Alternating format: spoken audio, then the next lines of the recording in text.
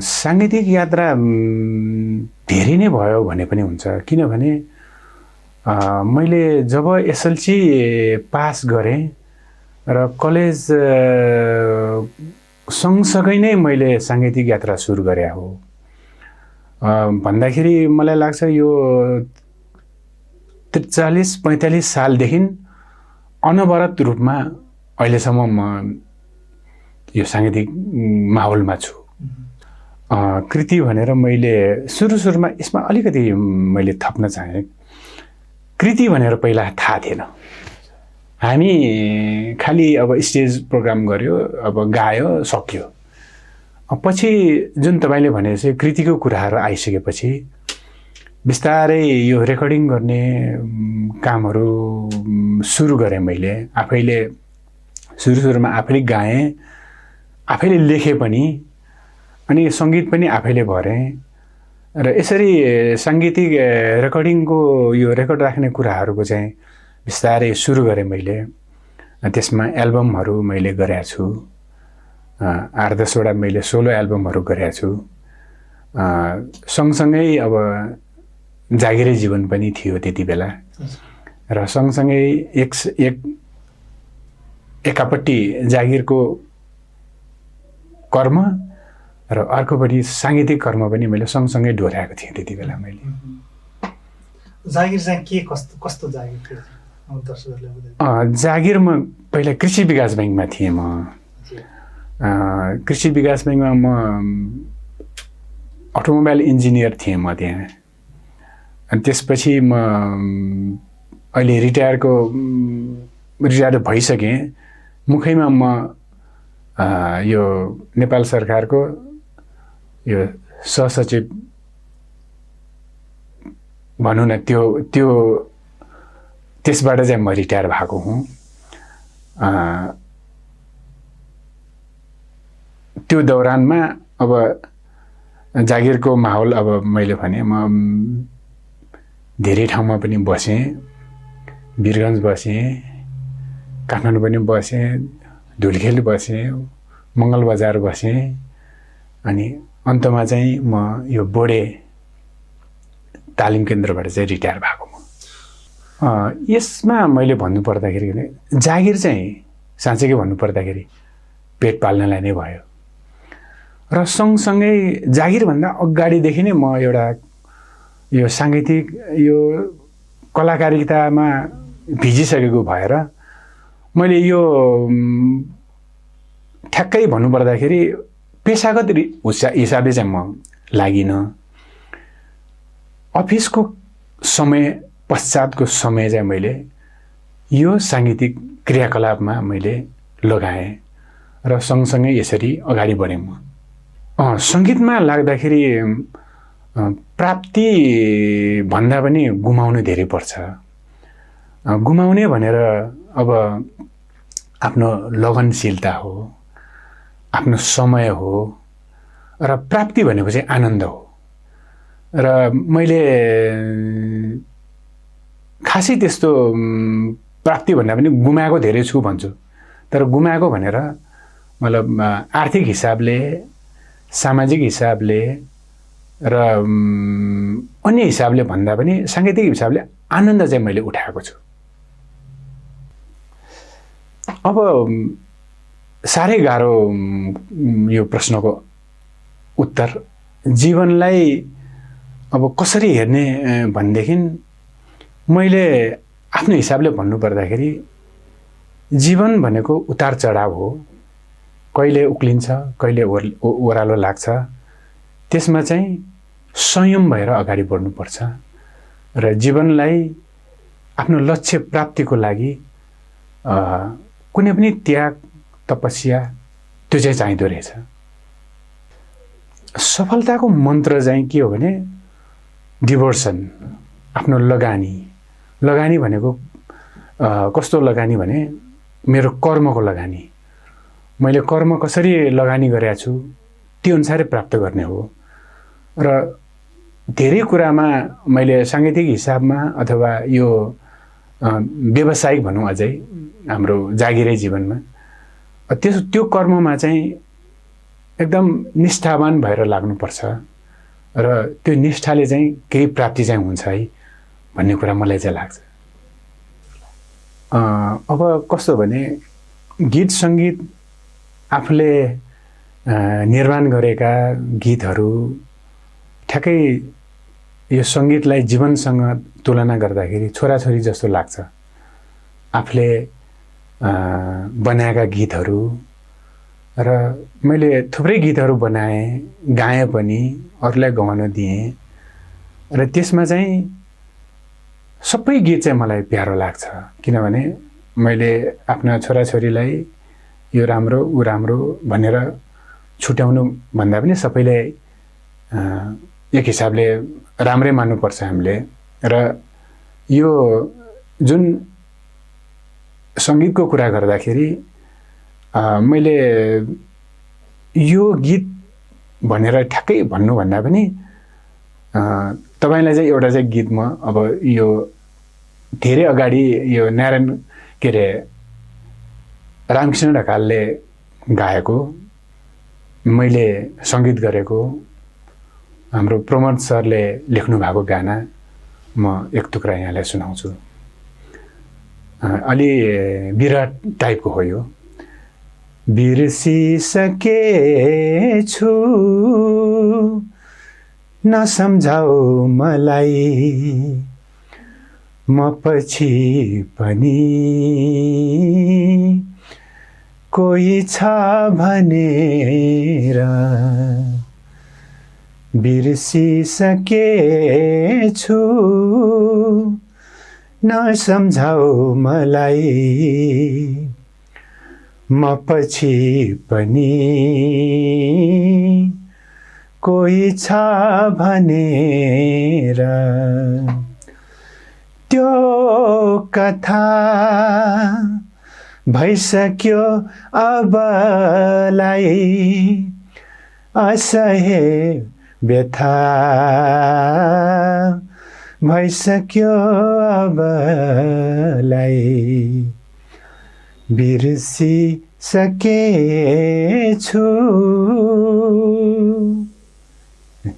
धन्यवाद सर। हजुरको दर्शकले हजुरको नाम सहित हजुरको जन्म कहाँ भएको एउटा हजुरको परिचय बताइदिनु। म जन्मेको चाहिँ भक्तपुर नगरपालिका सूर्यमढीमा म जन्मेको। दत्तात्रेय भन्दा 500 मिटर जति अलि पूर्वमा पर्छ, च्यामासिङ भन्दा माथि म जन्मेको। मेरो नाम चाहिँ सत्यनारायण प्रजापति। मेरो परिचय अब नामले चाहिँ यसरी भयो। हजुरले आफ्नो परिचय दिन चाहिँ पहिला जागिरको पोस्टले पहिला राख्नुहुन्छ कि सङ्गीतकारको पोस्टले पहिला राख्नुहुन्छ? कस्तो भने जागिर अवधिभर चाहिँ जागिरे पोस्टले परिचय गराए। जो साथीहरू जागिरे साथीहरू थिए उहाँहरूले चाहिँ जागिरे हिसाबले परिचय गराए। अनि साङ्गीतिक पर्सनको साथीहरूसँग चाहिँ मैले गायक, सङ्गीतकार अथवा एउटा साङ्गीतिक हिसाबले नै परिचय गराएँ मैले आफै। हजुर कस्तो बेलामा, कस्तो मुडमा, कस्तो अवसरमा चाहिँ हजुरलाई क्रिएसनमा चाहिँ सजिलो हुन्छ या फुर्छ भनौँ, कस्तो माहौलमा, कस्तो अवस्थामा चाहिँ हजुरलाई त्यसले बढी गर्छ? अब मलाई खासमा यो एउटा म तपाईँसँग एउटा अनुभवमा सेयर गर्छु। मलाई चाहिँ अलिकति यो गर्नुपर्छ भन्ने कुरा मनमा लागेपछि माहौल चाहिँदैन मलाई। त्यो मनमा चाहिँ म यसो गर्छु भन्ने कुरा एउटा लागिसकेपछि म चाहिँ माहौल भनेर ठ्याक्कै यस्तै चाहिन्छ, यसो भएपछि हुने भन्ने कुरा होइन। मनले चाहिँ अब म आज यसो गर्छु भन्ने कुरा लागेपछि चाहिँ अनि म चाहिँ कम्पोज गर्नु अथवा गाउनु अथवा रियाज गर्नु यसोहरू गर्न थाल्छु म। अब एक त तपाईँलाई भन्नै परेन, रिटायर लाइफ भनेको अब दुःख नगर, आरामले बस, स्वस्थ तरिकाले जीवनयापन गर भन्ने खालको नै हो। र भए पनि अब खासै अब बुढ्यौली त लागेको छैन र अब के गर्नुपर्छ अरूभन्दा पनि अब म चाहिँ साङ्गीतिक हिसाबले नै केही गर्छु भनेर नै मैले सोचेको थिएँ पहिलादेखि नै यो अफिस छुटेपछि चाहिँ, किनभने त्यो बेलामा मैले आफ्नो जस्तो खालको समय मैले दिनुपर्ने हो, दिन नसकेको कारणले अब चाहिँ सङ्गीतमा अझ बढी समय दिएर अगाडि बढ्छु भन्ने मैले चाहिँ यसो सोचेको छु। अब बाल्यकालको कुरा गर्नुपर्दाखेरि, साँच्चीकै भन्नुपर्दाखेरि यो ग्रास लेभलबाट उठेको मान्छे म, सम्पन्न परिवारमा हुर्केको मान्छे पनि होइन म, र कुतो कोडालो पनि गरेको मैले। र यसरी सङ्घर्ष गर्दै विपन्न परिवारमै भन्नुपर्छ, खाना लाउन नपुग्ने चाहिँ होइन, तर आर्थिक हिसाबले जुन सम्पन्नता हुनुपर्ने त्यो खालको परिवार नभएकोले स्ट्रगल गरी पढियो।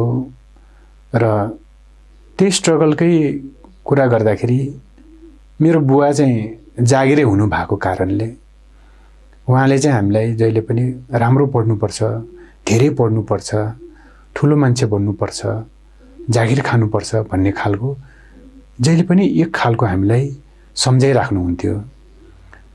र त्यस हिसाबले एसएलसी पास भएर लो अब ठुलो मान्छे बन्नुपर्छ मनमा एक किसिमको त्यस्तो चाहना बोकेर इन्जिनियरिङ कलेजमा भर्ना भइयो।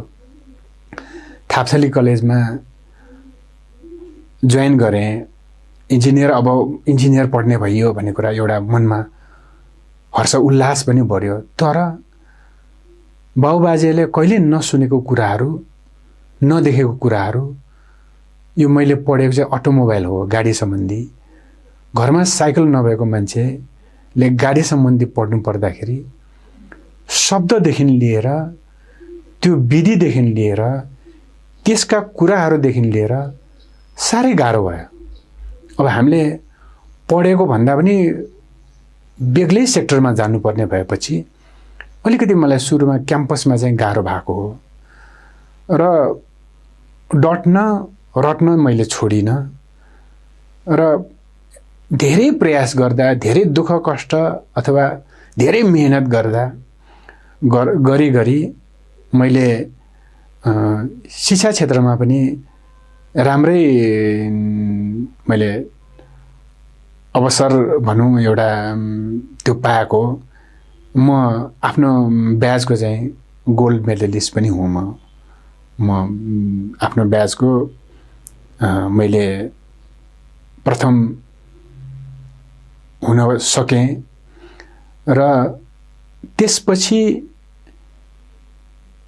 मलाई जुन खालको एउटा साङ्गीतिक हिसाबमा भित्रदेखि लागिरहेको म केही गर्छु भन्ने कुरा, त्यसलाई पनि मैले सँगसँगै लानुपर्ने भएर र साथी सङ्गत मैले यता भक्तपुरको भन्दा पनि जागिरै पोस्टिङ काठमाडौँमा भएको हुनाले त्यहीँका साथीहरूसँग मेरो जम्गा भेट भयो। र ल है अब के गर्नुपर्छ, हिजो स्टेजमा मात्रै गाएँ, देख्यो, सुन्यो, सकियो। र त्यसपछि रेकर्डका कुराहरू गर्ने साथीहरूको पनि मलाई हौसला प्राप्त भएपछि सुरुमा मैले यो तिम्रो नजरले भन्ने एल्बम गर्ने सोच बनाएँ।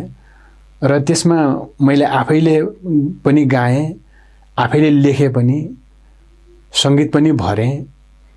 र त्यो काम गरिसक्दा त्यसको आउटपुट अब जुन खालको हुनुपर्ने त्यस्तो मलाई लागेन। र त्यसपछि होइन, यो सङ्गीतमा त केही सिक्न चाहिँ पर्नै रहेछ, मैले केही सिकेँ त छैन। मैले आफैले आफ्नै अनुभव आफैले सुनेर, विशेष रूपमा सिकाइ भनेको नि सुनेर हुन्थ्यो त्यति बेलामा होइन। अरू साथीहरू गुरु पनि राखेको होला, मलाई चाहिँ त्यस्तो मलाई थाहा पनि थिएन, त्यस्तो माहौल पनि थिएन। त्यसपछि म असमको गान्धर्व सङ्गीत पाठशालामा त्यहाँ यो शास्त्रीय गायन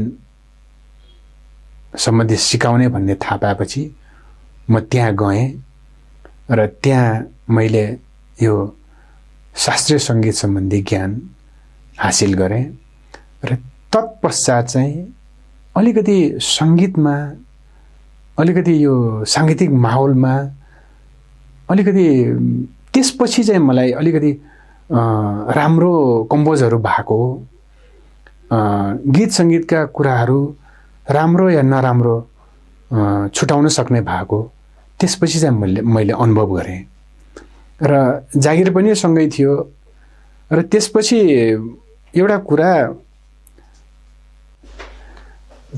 अनि यो साङ्गीतिक कुराहरू अलि सैद्धान्तिक ज्ञानहरू प्राप्त गरेपछि चाहिँ अलि आफूलाई पनि एक खालको सन्तुष्ट हुने र कृतिहरू पनि परिष्कृत हुने आफैलाई चाहिँ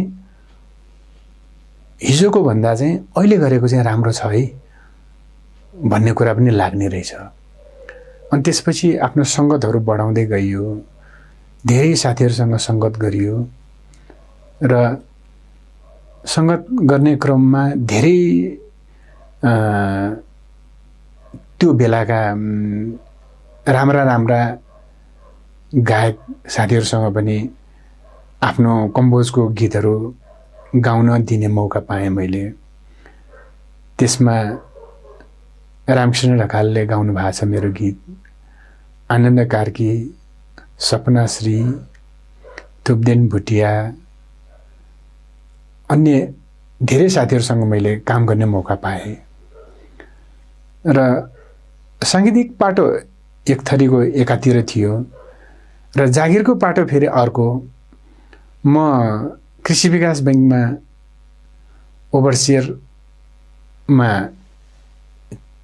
इन्ट्री भएको र करिब 1.5 वर्ष जति हेड अफिसमा बसेँ। त्यसपछि मेरो सरुवा वीरगञ्ज भयो र वीरगञ्ज सरुवा भएपछि एउटा थानकोट नकटेको केटो एकैचोटि वीरगञ्जमा जाँदाखेरि चाहिँ अर्कै संसारमा गएको जसो पनि भान भयो मलाई। र त्यहाँ गएपछि मैले गर्मी त छँदै थियो र गर्मी भए पनि त्यहाँ साङ्गीतिक साथीहरू, साङ्गीतिक माहौल पनि मैले बनाएँ र जागिर पनि खाँदै थिएँ। स्टेजमा पनि गीत गाउन थालेँ त्यहाँ वीरगञ्जमा पनि साथीहरूको एउटा समूह गठन गरेर। र त्यसपछि मैले त्यतिले मात्रै आफ्नो समयलाई सदुपयोग भएको नठानेर मैले ठाकुराम कलेज पनि जोइन गरेँ। बिहानको समयमा मैले यो बिकम जोइन गरेँ। त्यहाँ मैले वीरगञ्जबाटै नै यो आफ्नो इन्जिनियरिङ शिक्षाभन्दा बाहिर गएर मैले कमर्स पनि पढेँ र त्यसपछि त्यहाँबाट पनि थुप्रै कुराहरू मैले सिकेँ साथीहरूसँग र जागिरको दौरानमा। त्यसपछि म 6 वर्ष वीरगञ्जमा बसेँ र त्यसपछि म यता हेड अफिस फेरि सर्व भएँ जागिरको दौरानमा। अब ठ्याक्कै वीरगञ्जबाट काठमाडौँ आएँ, तर वीरगञ्जको फ्ल्यासब्याक मलाई काठमाडौँ आए पनि मलाई रहिरहेको थियो। कस्तो भने त्यहाँ बसेँ, त्यहाँ थुप्रो समय धेरै लामो अवधि बसे पनि मेरो एउटा साथी, हामी सँगै एसएलसी दिएको रविराज कार्की भन्ने मेरो साथी त्यही रहेछ। म त्यहाँ बस्दाखेरि साथीलाई मैले भेट्न पाइनँ। उहाँ साथी पनि आफ्नो कर्ममा व्यस्त, म यतातिर भएँ, थाहा नपाएर हो। नभएदेखि हामी एकचोटि त्यहाँ देखाभेट भएको भने अझै मजा हुन्थ्यो भने पछिल्लो फेजमा मलाई यो आफूलाई मनमा लाग्यो। र सङ्गीतमा मैले जस्तो मनले चाहेको कुराहरू मैले गर्नु खोजेको कुराहरू मैले वीरगञ्जमा मैले गर्नु सकेन, किनभने त्यहाँ माहौल छैन। प्रचण्ड गर्मी ठाउँमा खालि आफ्नो पेट पाल्ने, जागिर कसरी कटाउने, समय व्यतीत गर्ने मात्रै कुरा भयो। र एउटा गजबको मलाई अनुभव छ त्यहाँ। तर समय कटाउनलाई के गरिनँ मैले त्यहाँ भनेपछि, त्यहाँ एउटा झुम्मक ब्यान्ड भन्ने एउटा यो बिहाबारी हुँदाखेरि बजाउने, र त्यो झुम्मक ब्यान्डमा त्यसको मास्टर भन्ने मान्छे केटाको स्वर पनि केटीको स्वर पनि लाएर गाउने रहेछ। त्यो चाहिँ मलाई अचम्म लाग्यो, मलाई थाहा थिएन त्यो कुरा। र एकजना मेरो साथीको बिहामा मलाई पनि तानेर लगाउनुपर्छ भनेर लग्यो, र झुम्मक ब्यान्ड सँगसँगै एउटा साथीको बिहामा यो मेरो जीवनभरिको एउटा मात्रै अनुभव हो त्यो, कि मैले यो ब्यान्ड बाजामा पनि एकचोटि रहरले, साथीहरूको करले गीत पनि गाएको थिएँ। त्यो चाहिँ मलाई गजब, त्यो वीरगञ्ज बस्दाखेरिको रमाइलो। अनि काठमाडौँ आइसकेपछि मलाई चाहिँ कसो भने, यता पढाइ पनि मैले ब्याचलर सिध्याएँ त्यहाँबाट। मैले त्यसपछि आएर मैले सरस्वती कलेजमा आएर मास्टर्स जोइन गरेँ। बिहान मर्निङमा कलेज, दिउँसोभरि अफिस, अनि साँझमा फेरि साङ्गीतिक कार्यक्रम, यता रेकर्डिङ उता रेकर्डिङ भन्ने हुन्थ्यो। त्यसपछि मलाई चाहिँ के लाग्यो भने, अब म मास्टर गर्नु छैन, अथवा मलाई समय चाहिँ अब म पढाइमा भन्दा पनि म सङ्गीतमा दिन्छु भनेर त्यसपछि मैले म काठमाडौँ आइसकेपछि नै हो मैले यो क्लासिकल शास्त्रीय सङ्गीत सिकेको। मैले 1 वर्ष चान्चुन मैले त्यहाँ सिकेँ। त्यसपछि मैले फेरि घरमै सिकेँ। मैले घरमै भन्दाखेरि कस्तो भने, किताबहरू किनेँ मैले। यो 6-7 इयरको किताबहरू मैले कलेक्सन गरेर मैले घरमा रियाज गर्न थालेँ। र त्यसपछि मैले बिस्तारै विभिन्न साथीहरूसँग सङ्गत बढाएर मैले एल्बमहरू गर्ने सोचहरू बनाएँ। र त्यसमध्ये मैले वेदनाका लहर भन्ने एउटा एल्बम गरेँ। त्यसमा चाहिँ मेरो अफिसकै म भने सिनियर सर प्रमोद पौडेलज्यूको सोलो सबै गीत उहाँले लेख्नु भएको, र सबै गीत मैले कम्पोज गरेको। त्यसमा चाहिँ मैले दोस्रो एल्बम भनौँ, त्यसमा चाहिँ रामकृष्ण ढकाल, आनन्द कार्की, थुप्देन भुटिया र अन्य साथीहरू समावेश गरेर मैले एउटा एल्बम गर्न पाएँ। त्यसपछि मलाई त्यो एल्बम गरिसकेपछि मलाई झनै अब केही गर्नुपर्छ, अझै गर्नुपर्छ भन्ने कुरा लागेपछि जागिर 10-5 र त्यो बाहेकको समय मैले 5 बजेपछि विभिन्न स्टुडियोहरूमा गएर मैले गीतहरू रेकर्ड गर्ने, साथीभाइहरूलाई मैले कसैलाई मलाई गीत कम्पोज गरिदियो भनेर भन्थ्यो, भेट हुन्थ्यो, उहाँहरूको पनि मैले गीत गरिदिन्थेँ। यसरी गर्दै गर्दै गर्दै मैले त्यसपछि पनि अर्को एल्बम गरेँ। त्यसपछि एउटा आफ्नो चोइसै चाहिँ नभनौँ, सङ्गीतमा सबै चिज गर्नुपर्छ भन्छ। मैले धार्मिक काम चाहिँ गरेको थिएन। अलिकति भजनहरू मलाई त्यति नआउने भएर अनि प्रमोद सरले नै एउटा यो साई बाबाको एउटा एल्बम गरौँ न भनेर भन्यो। त्यो साई बाबाको एल्बम गर्दाखेरि मलाई भजन त त्यति थाहा थिएन, र तैपनि अलिअलि सुन्दै सिक्दै गरेर मेरो कस्तो एउटा अनुभव छ त्यो साई भजन गर्दाखेरि भने, मैले एउटा गीत कम्पोज गर्दाखेरि म बिहान 5-10 मिनटमै मैले गरिसक्थेँ, र त्यसपछि पनि त्यसलाई फेरि सुनेर करेक्सन गर्थेँ। तर त्यो साई बाबाको एल्बम गर्दाखेरि म लगातार एकैचोटि 3टा गीत कम्पोज गरेका थिएँ। त्यो दिन पछि आएन मन त्यस्तो खालको, किनभने त्यो कसरी भयो मलाई थाहा छैन। र एउटा त्यति बेला चाहिँ साई बाबाको मतलब एउटा उहाँको त्यस्तो खालको आस्था राख्ने व्यक्तिहरूलाई चाहिँ आश्चर्य हुने खालको चिजहरू पनि देखाउँछ भन्थ्यो। मलाई चाहिँ त्यसो लाग्यो। त्यो साई बाबाको जुन मैले एल्बमको कुरा गरेँ र त्यो प्रमोद सरले साई बाबालाई नै त्यो एउटा एल्बम उहाँलाई नै टक्र्याउनु भएको उहाँले भन्नुभएको थियो। र त्यसपछि पनि मैले साङ्गीतिक कुराहरू गर्न छोडिनँ। यता अफिसको छँदै थियो र त्यति बेला पनि यो साङ्गीतिक कर्महरू गर्दाखेरि अब यो रेकर्डिङका कुराहरू गर्दाखेरि चाहिँ खर्च वर्च लाग्थ्यो। किनभने अब मलाई एउटा गजबको अनुभव म यहाँहरूलाई सुनाउँछु। त्यति बेला एउटा गीत रेकर्ड गर्नलाई झन्डै 3 महिना जसो लाग्थ्यो। एउटा लिरिसिस्ट एउटा राम्रो गीत लेख्ने उहाँकोमा गएर गीत प्राप्त भएपछि कम्पोजर कहाँ गयो, कम्पोजरले 1 हप्ता लगाइदिन्छ।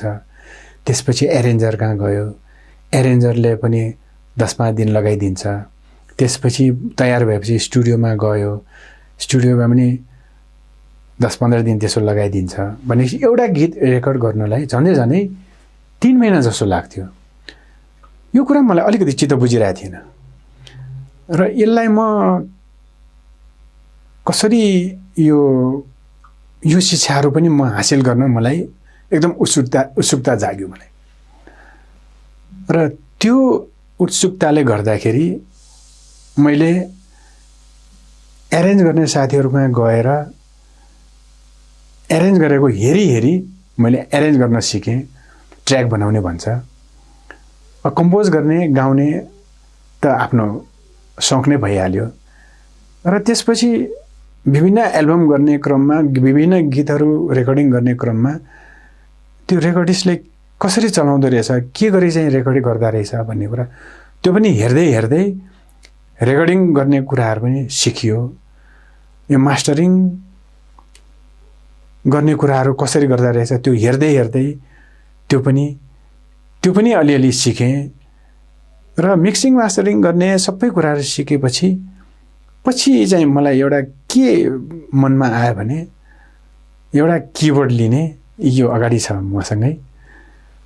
अनि त्यसपछि रेकर्डिङ गर्ने सब कम्प्युटराइज गर्ने रहेछ, यसरी कम्प्युटरमा यो पनि लिने भनेर मैले आफ्नो यो सानो कोठामा मैले जानी नजानी एउटा रेकर्डिङ गर्ने थलो पनि मैले आफैले सुरु गरेँ र साथीभाइलाई भने।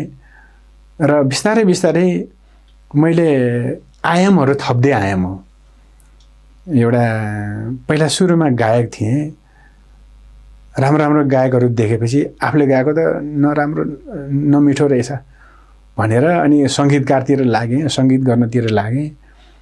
त्यसपछि एरेन्ज गर्नतिर लागेँ, रेकर्डिङ गर्नतिर लागेँ। आज सानो यसरी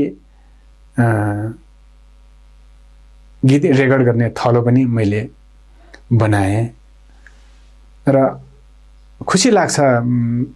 अहिले चाहिँ कोही साथीहरू कसैलाई मलाई गीत रेकर्ड गर्नु पर्यो भनेर आयो भने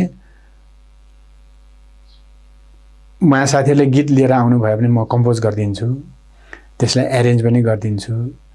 अनि त्यसपछि त्यो सबै सकेपछि रेकर्डिङ मास्टरिङ मिक्सिङहरू पनि सबै गरिदिन्छु। अहिले करिब एक्लैले सबै गर्न सक्ने क्षमता मैले त्यहाँसम्म मैले बनाएँ। अब ठिक गरेँ कि बेठिक गरेँ त्यो चाहिँ अब मलाई के भन्ने, मैले अब आफूलाई रहर लाग्यो। रहर लाग्दा यो पनि गर्ने ऊ पनि गर्ने हुँदा म सङ्गीतमा चाहिँ यसरी आएँ। र अब जागिरको कुरा भन्नुपर्दाखेरि म ओभरसियरबाट इन्जिनियर भएँ। अब हामी इन्जिनियरिङ पढेको यता टेक्निकल साइडको भएँ र टेक्निकल साइडको भएकोले चाहिँ मलाई प्राविधिक हिसाबले यो सङ्गीतमा पनि मलाई फाइदा भयो। म सङ्गीतमा यो रेकर्डिङको कुराहरू त सबै कम्प्युटरबाट प्रविधिबाट गर्ने कुराहरू भयो र एरेन्जको कुराहरू पनि प्रविधिका कुराहरू भएर मलाई प्राविधिक भएको नाताले सङ्गीतमा पनि त्यो चिजले टेवा पुर्याएको नै भने मलाई लाग्छ यो अहिले जति पनि मैले यो गरेँ ऊ गरेँ भनेर यहाँहरूलाई भने त्यो सायद म सक्दिन्थेँ होला। एउटा प्राविधिक हिसाबले प्राविधिक कुराहरू पनि यता समावेश भएकोले मैले गर्न पाएँ। अब जागिरको दौरानमा अब प्राविधिक भएको नाताले हामी कृषि विकास बैङ्कमा मैले गर्ने जुन मैले पढेको मात्रै काम गर्दाखेरि त्यो सबै कृषि विकास बैङ्कमा सबैले सबै कुराहरू गर्नुपर्छ भन्ने कुरा एउटा त्यसो खालको पनि एकचोटि आएको थियो। त्यति बेला हामी ऋण अधिकृत जस्तो पनि काम गऱ्यौँ। धितोहरू मूल्याङ्कन गर्न जाने, धितो हेर्न जाने, त्यो कर्जा लगानीको कुराहरू विश्लेषण गर्ने, ऋण दिन योग्य छ कि छैन त्यो निर्गोल गर्ने, त्यस्तो कामहरू पनि गरियो। र त्यो बाहेक पनि मैले आफ्नो फिल्डको म हेड अफिसमा बस्दाखेरि म अटोमोबाइल इन्जिनियर भएको नाताले गाडीहरूको कन्डिसन कस्तो छ, कहाँ बनाउने, के गर्ने भन्ने कुरा पनि मेरो दायित्वमा आउँथ्यो। र मैले त्यो मात्रै नभइकन नयाँ गाडीहरू किन्ने बेलामा त्यो कस्तो खालको गाडी किन्ने भनेर स्पेसिफिकेसन भन्छ, त्योहरू बनाउनु पर्ने, त्योहरू काम पनि गरियो बैङ्कको जागिरको दौरानमा। र त्यस बाहेक पनि मैले आफ्नो अफिस बाहेक पनि अन्य अफिसमा पनि मलाई पछि चाहिँ गाडी किन्नलाई स्पेक बनाउनु पर्यो भनेर मलाई मलाई अनुरोधहरू आउँथ्यो। अनि मैले आफ्नो अफिस बाहेकको अफिसमा पनि गएर मैले थुप्रै 5-7-10 वटा अफिसमा मैले नयाँ गाडी किन्नलाई मैले स्पेकहरू बनाइदिएको छु। र अफिसमा पनि मैले गाडी किन्दाखेरि स्पेक बनाउने, गाडी मेन्टेनेन्सका कुराहरू गर्ने, त्योहरू सब चाँजो पाँजो मिलाइदिने हरू पनि गरेँ। र त्यसपछि म यो जागिरको दौरानमा पछि मेरो यो सेन्ट क्लास अफिसर 9 तहमा प्रमोसन भइसकेपछि मेरो पोस्टिङ यो बोर्डेको तालिम केन्द्रमा भयो।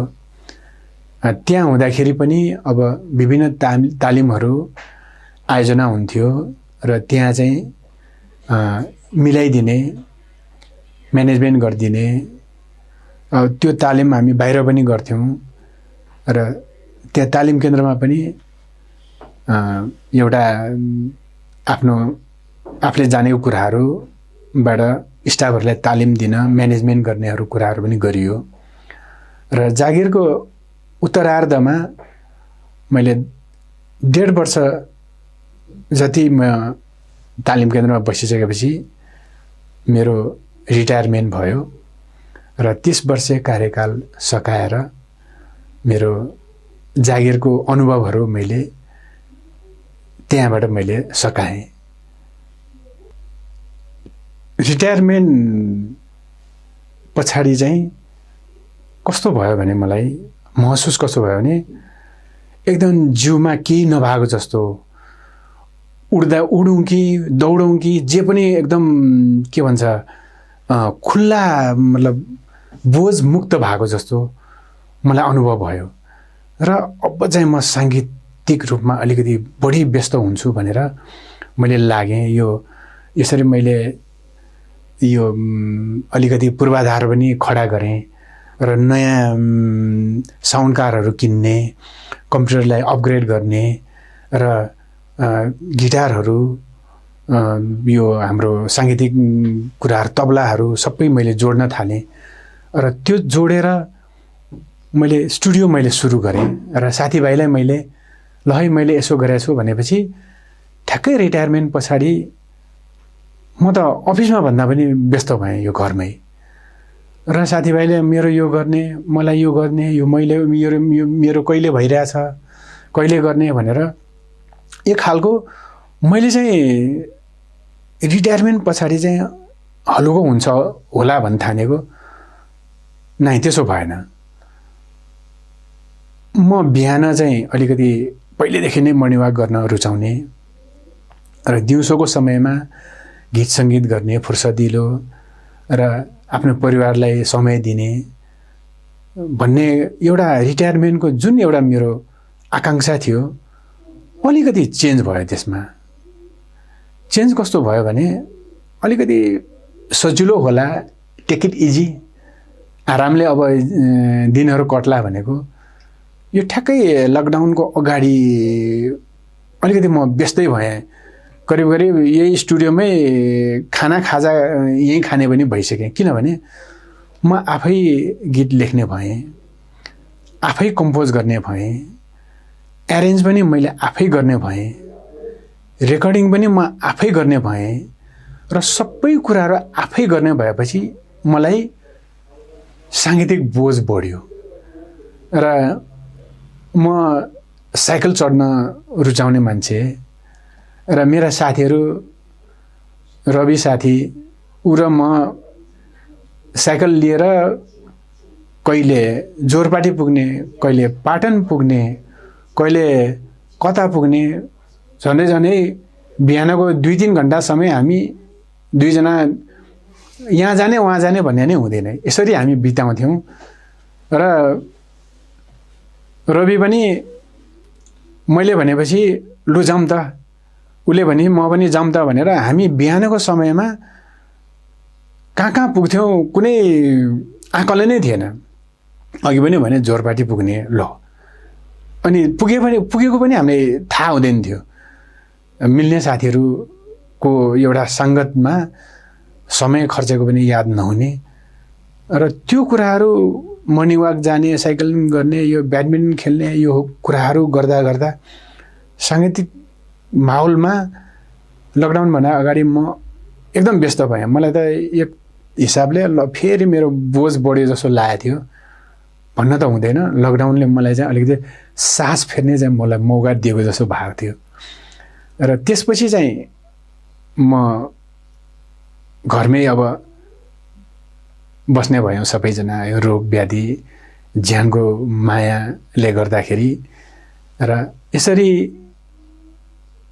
यो लकडाउनमा पनि गीत सङ्गीतको कुराहरू गरेका थिएँ र यो विशेष गरी स्वस्थ रहनुपर्छ, तनावरहित जीवनयापन गर्नुपर्छ भन्ने मनसायले नै हामी बिहान मर्निङ वाक गर्दाखेरि कहिले हिँडेर पनि कहाँ पुग्थ्यौँ हामी र साइक्लिङ पनि गर्थ्यौँ, ब्याडमिन्टन खेल्थ्यौँ र स्वस्थ जीवनयापन गर्नको लागि बिहानको समय चाहिँ हामीले यसरी पनि बिताएका थियौँ, छौँ पनि, गर्छौँ पनि।